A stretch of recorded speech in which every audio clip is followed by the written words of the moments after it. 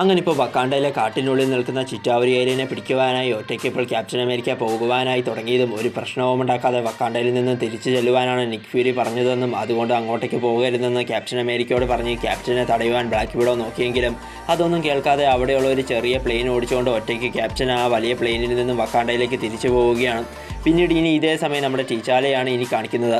വക്കാണ്ടയ്ക്കുള്ളിൽ പുറം ലോകത്തു നിന്ന് വന്ന അവെഞ്ചേഴ്സിനെ കുറച്ചു നേരം നിൽക്കുവാൻ അനുവാദം കൊടുത്തതിൻ്റെ പേരിൽ ഇപ്പോൾ ടീച്ചാലയെ പുള്ളിക്കാരൻ്റെ രാജാവിൻ്റെ സ്ഥാനത്ത് നിന്ന് എൽഡേഴ്സ് എന്ന പേരിൽ അറിയപ്പെടുന്ന വക്കാണ്ടയിലെ പല ഗോത്രവർഗത്തിൻ്റെ നേതാക്കൾ പുറത്താക്കുകയാണ്.